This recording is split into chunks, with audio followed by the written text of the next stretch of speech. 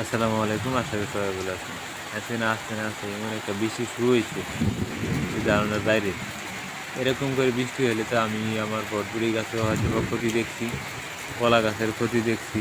হ্যাঁ, তো এই সময় হয়তোবা চেতে নাই। ওই একটানা যে ১৫ দিন বৃষ্টি হলো ওই সময় হয়তোবা কলা গাছগুলো নষ্ট হয়েছে। মানে নষ্ট হয়েছে বলতে বাড়ে নাই তেমনটা, রোদ ছাড়া কিছু হয় না।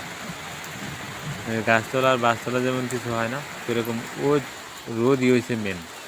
আর অতিরিক্ত বৃষ্টি আজকে যে বিষয়টা শুরু হয়েছে দেখলাম, আমার বালু খেতে হয়তো বা পানি জমে গেছে। এখন এই বালু খেতে পানি জমাটা মানে ফসলের জন্য খুবই ক্ষতি। এমনি মানুষে বলছে যে বালু খেতে পানি থাকবো না, কিন্তু এখন আমার খেতে পানি ছাড়ে না। সে আশা করি ভালো থাকবেন।